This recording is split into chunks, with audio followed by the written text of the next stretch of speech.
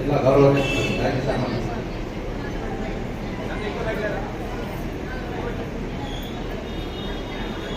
కార్యక్రమాన్ని నిర్వహిస్తున్నటువంటి నగర అధ్యక్షులు వెంకట సాయి గారు, మరి సన్మాన కార్యక్రమానికి ముఖ్య అతిథిగా అవుతున్నటువంటి మన పద్మశాలి ముద్దుబిడ్డ నాయకులు అనిల్ అన్న గారు, మరి వేదిక పైన ఉన్నటువంటి జిల్లా నాయకులు, జిల్లా కార్యవర్గము, అదేవిధంగా జిల్లా మహిళా అధ్యక్షుడు వారి కార్యవర్గము, జిల్లా యువజన సంఘం అధ్యక్షుడు వారి కార్యవర్గము, అదేవిధంగా పట్టణ పద్మశాలి సంఘం అధ్యక్షుడు వారి కార్యవర్గము, మహిళా సంఘం అధ్యక్షుడు వారి కార్యవర్గము, అదేవిధంగా నగర యువజన సంఘం అధ్యక్షుడు వారి కార్యవర్గము, వివిధ తరఫాల నుంచి వచ్చినటువంటి అధ్యక్షులు వారి కార్యవర్గము, మరి చేనేత సహకార సంఘం యజమానులు, అదేవిధంగా కార్మికులు అందరికీ జాతీయ చేనేత దినోత్సవ సందర్భంగా వారికి శుభాకాంక్షలు నా తరఫున, అదేవిధంగా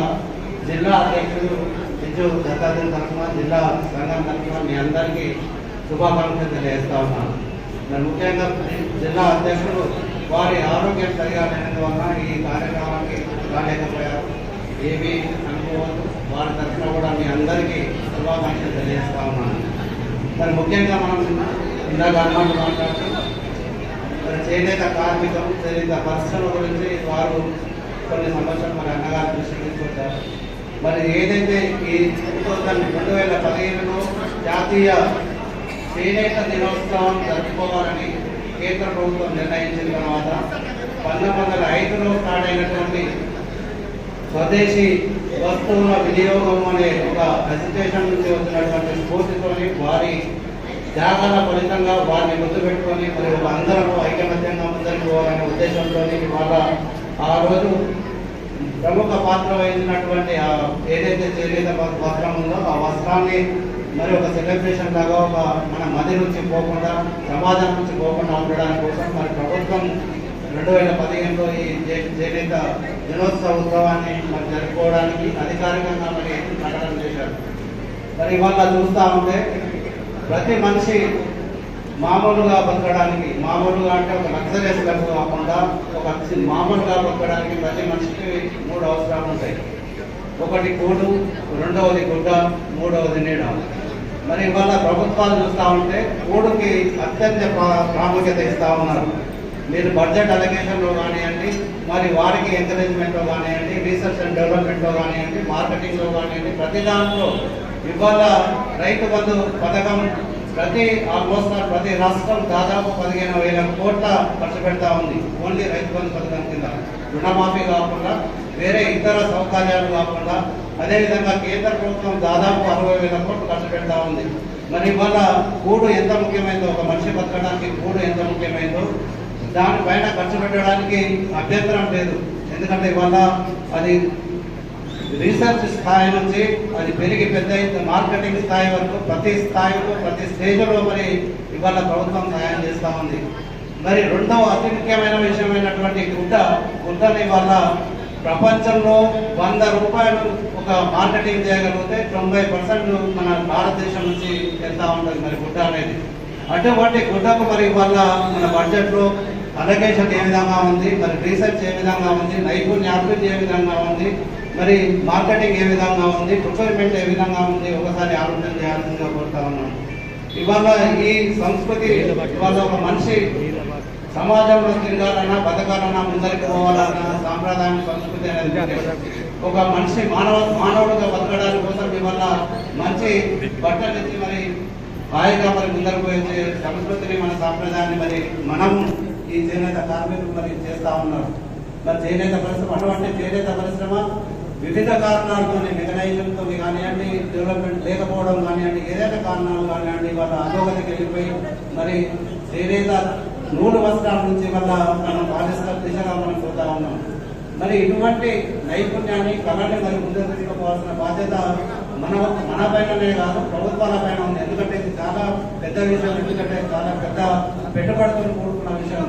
మరి వాళ్ళ మన నైపుణ్యాన్ని పెంచాలన్నా, మనకు స్కిల్ సెంటర్స్ కావాలన్నా, ఒక రీసెర్చ్ కావాలన్నా, ఒక మార్కెటింగ్ కావాలన్నా, మీరు ఉత్పత్తి చేసిన వస్తువులు ఏదైతే ఉన్నావో దాన్ని కొనాలన్నా ఒకరితోనే పని కాదు. ఇవాళ గవర్నమెంట్ ఏదైతే వ్యవసాయానికి ఎంత ప్రాముఖ్యత ఇస్తా ఉందో మరి బట్ట కూడా అంత ప్రాముఖ్యత ఇవ్వాల్సిన అవసరం ఎంతైనా ఉంది. మన బట్టతోనే ముడిపడి ఉన్న కులము ఇవాళ కులం అంటే పద్మశాలి కులమే. ఈ పద్మశాలినే ఈ పరిశ్రమ ఈ వృత్తి చేయాలని లేదు. వివిధ కులాల వారు చేసిన ఎక్కువ ఇన్వాల్వ్ అయింది, దాంట్లో పరిశ్రమలో మమేకమైంది పద్మశాలిలో. కాబట్టి పద్మశాలీలకు దీనిపైన అడిగే హక్కు ఖచ్చితంగా ఉంది. మీరు ఏ పరిశ్రమ ఏ కార్యక్రమం తీసుకున్నా ఏ పని చేసినా మీరు ఒక్కసారి గమనించండి.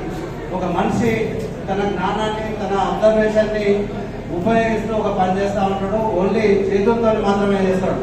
మరి చేనేతలో మీరు అబ్జర్వ్ చేయండి, వీటితో పాటు ఖచ్చితంగా పనిచేసే ఆర్గాన్ ఉందంటే కాళ్ళు కూడా పనిచేస్తాయి. చేతులు ఎంత వేగంగా పనిచేస్తాయో కాళ్ళు కూడా అదే విధంగా అదే పద్ధతిలో పనిచేయాలి. ఒక రిథమిక్ పద్ధతిలో పనిచేస్తే కానీ మరి ఆ ఉత్పత్తి తయారు కాదు. మరి ఒక మనిషిలో ఉన్నటువంటి ఆర్గాన్స్ అన్ని ఆర్గాన్స్ మరి పనిచేస్తూ ఉంటాయి. మరి అటువంటి నైపుణ్యాన్ని మరి ఇవాళ మరుగునపడి పోతా ఉంటాయి. మరి ప్రభుత్వాలు చూస్తలేవు. మరి ఇవాళ కార్మికులు కూడా మరి ముందరకు పోవాల్సిన అవసరం. ఎందుకంటే వారు ముందరకు పోవాలంటే వారికి సరైన మరి ఏదైతే వేజెస్ ఉన్నాయో మరి వేతనాలు ఉన్నాయో వారికి ఇవ్వాల్సిన అవసరం ఎంతైనా ఉంది. అదేవిధంగా వెల్ఫేర్ మెథడ్స్ కానివ్వండి, ఆరోగ్యంగా వాళ్ళు ఆరోగ్యంగా ఉన్నప్పుడే మంచి నాణ్యమైన వస్తువులు వచ్చే అవకాశం ఉంది. మరి అన్నగారు ఇక్కడ ఉన్నారు, ఎందుకంటే ప్రభుత్వం తరఫు నుంచి క్రియేట్ చేస్తూ ఉన్నారు. ఇవాళ పద్మశాలి నాయకులుగా ఎందుకంటే ప్రతి కార్యక్రమం వారి ద్వారా చేస్తూ ఉన్నాము. వారిని దృష్టిలో ఉంచుకొని చేస్తూ ఉన్నాం కాబట్టి ప్రభుత్వానికి దగ్గర ఉన్నారు. మరి దీన్ని అన్ని దృష్టిలో పెట్టుకొని మరి వారు మరి ఈ చేనేత వృత్తికి తగినన్న సహాయాన్ని అదేవిధంగా ఈ పరిశ్రమ అభివృద్ధి చేసే దిశగా మరి వారు ప్రణాళికలు ఆలోచనలు మరి ప్రభుత్వానికి ఇవ్వాల్సిందిగా కోరుకుంటూ మరి ముఖ్యంగా చివరి విషయం ఏంటంటే గత 2 సంవత్సరాలు ఇవాళ ఇక్కడ చెప్పాల్సిన సందర్భం కాదు కానీ చెప్తా ఉన్నాను. ఎందుకంటే వివిధ దర్పాలు ఉంటే 67 దర్పాలు ఉంటే 50 దర్పాల వరకు అధ్యక్షులు వారి కార్యాలయం వస్తున్నారు. కాబట్టి గత 2 సంవత్సరాల్లో మరి కీర్తి చేసిన డాక్టర్ దేవిదాస్ గారి ప్యానల్లో మరి ఒక ప్యానల్ గా ఏర్పడి ఈ నగర పద్మశాలి సంఘానికి మరి మీ అందరి సహాయ సహకారంతో మీ అందరి ఆలోచనతో ఒక కార్యవర్గాన్ని ఏర్పాటు చేసుకుని దాదాపు 20 నెలలు పూర్తి చేసుకుని 2 సంవత్సరాలు పూర్తి చేసుకునే దిశగా మరి కాల పరిమితి ముగించుకునే దిశగా మరి ముందరికి వెళ్తా ఉన్నాం. ఎప్పుడైతే ఎన్నికల్లో మేము చెప్పినట్టు ఈ కార్యవర్గం కానీ ఈ కమిటీ కానీ ఏదైతే చెప్పిందో ఆ కమిటీ చెప్పినటువంటి కార్యక్రమాలు మీరు గమనిస్తా ఉన్నారు. ఏదైతే 3 కార్యక్రమాలు 3-4 కార్యక్రమాలు ఉన్నాయో 3 కార్యక్రమాలు ఇవాళ మార్కండే మందిరం కానీ ఇవాళ మనం చూస్తున్నటువంటి మినీ ఫంక్షన్ హాల్ కానీ అదేవిధంగా శ్మశాన వాటిలో కానీ దాదాపు 95% పనులు పూర్తి చేస్తున్నాయి. ఇంకా 2-3 కార్యక్రమాలు ఏదైతే చిన్న కార్యక్రమాలు ఉన్నాయో మన సంస్కృతి సాంప్రదాయాలను కాపాడే విధంగా మరి గుడి కార్యక్రమాలు నడుస్తూ ఉన్నాయి. ఇంకొక చివరి కార్యక్రమం అనేటువంటి మన ఫంక్షన్ హాల్ ఒక మేజర్ ఫంక్షన్ హాల్ కట్టాలి అనే ఉద్దేశం అయితే ఉంది. అది ఈ కాలక్రమంలో అయ్యే పరిస్థితి కనిపిస్తలేదు. ప్రయత్నాలు అయితే జరుగుతాయి. మీరు ఇదే విధమైన సహకారాన్ని అందించినట్టయితే ఖచ్చితంగా కళ్యాణ మండపం ఈ ప్రాజెక్టు ఇక్కడ ఉన్నటువంటి ఈ 3 ప్రాజెక్టులు కంప్లీట్ అయిపోయాయి. కాబట్టి మరొక ప్రాజెక్టు మరి పెద్ద ప్రాజెక్టు వచ్చే కాలంలో మరి ముందరికి వెళ్తాం. మరి పద్మశాలి నాయకులు అందరూ ఇక్కడ ఉన్నారు కాబట్టి ఒకసారి ఆలోచన చేయండి. ఎవరైనా సరే ఒక కార్యక్రమం చేసుకోవాలని అనుకుంటే ఒక పని చేయాలని అనుకుంటే పద్మశాలి సంఘం పేరు మీద చేయండి. కానీ కమిటీలు పెట్టి కమిటీలు పేరు మీద మాత్రం కార్యక్రమాలు చేయొద్దు. ఎందుకు చెప్తా ఉన్నానంటే మీరు ఆ కార్యక్రమాలకు అటెండ్ చేయడంతో ఒక దాన్ని ఎంకరేజ్ చేసినట్టు అవుతా ఉంది. చివరికి అది ఎక్కడి వరకు లీడ్ చేస్తూ ఉందంటే ఎక్కడి వరకు తీసుకుపోతా ఉందంటే చీలిక దిశగా తీసుకుపోతా ఉంది. ఇవాళ ఈ స్థాయిలోకి తీసుకురావడానికి దాదాపు నేను ఒక 20 సంవత్సరాలు కష్టపడి మిమ్మల్ని అందరినీ ఇక్కడ కూర్చుండబెట్టే స్థాయికి తీసుకొచ్చినాం. ఇవాళ మళ్ళీ చివరికి ఎక్కడ వెళ్తా ఉన్నామంటే ఆ పనులు చేయడంతో మీరందరూ ఎంకరేజ్ చేయడంతో మళ్ళీ ఎవరికి వారే ఎన్నలాగా చివరికి చీలిక దిశగా ప్రయాణం చేస్తా ఉన్నాం. మీ అందరినీ నేను కోరేది ఏంటంటే ఒకసారి ఆలోచన చేయండి. ఎవరైతే కమిటీల పేరు మీద కార్యక్రమాలు చేస్తారో ఆ కార్యక్రమాలను మీరు బైకాట్ చేయండి. ఎవరైతే చేయాలని వారికి ఉద్దేశం ఉంటుందో వారి తర్ప సంఘం పేరు మీద చేస్తారా, నగర సంఘం పేరు మీద చేస్తారా, ఇంకో సంఘం పేరు మీద చేస్తారా, పద్మశాలి సంఘం పేరు మీద చేయాలని కమిటీల పేరు మీద చేయొద్దని మీ అందరి ద్వారా నేను చెప్తా ఉన్నాను. మీరు దానికి నా అభిప్రాయానికి మీరు అందరూ ఒప్పుకుంటే ఖచ్చితంగా అటువంటి కార్యక్రమాలని బైకాట్ చేయండి. ఎందుకంటే ఇది సరైన పద్ధతి కాదు. మన పెద్దలు ఇచ్చిన ఈ 100 సంవత్సరాల నుంచి చూస్తూ ఉంటే ఇది సరైన పద్ధతి కాదు. అందరినీ ఒక తాటిపైకి తీసుకురావడానికి సంఘాల నిర్మాణం జరిగింది. అంతేగాని చీలిక దిశగా మరి నాయకత్వం కావాలంటే రండి, ముందరికి రండి, మేము నాయకత్వం చేస్తాము, మీరు పక్కకు జరగండి, స్వచ్ఛందంగా పక్కకు జరగడానికి నేను నాతో పాటు ఇటువంటి పెద్దలు అందరూ పక్కకు జరగడానికి సంసిద్ధంగా ఉన్నాము. ఆ దిశగా పద్మశాలి అభివృద్ధి దిశగా ఆలోచన చేయాలని కోరుకుంటూ, అదేవిధంగా మరి ఇన్ని సంవత్సరాల తర్వాత మరి మనకు ఒక మంచి నాయకుడు దొరికాడు. నాయకుడిని ఉపయోగించుకున్నాం. వారు నడిచే బాటలో మనం కూడా నడుపుతాం.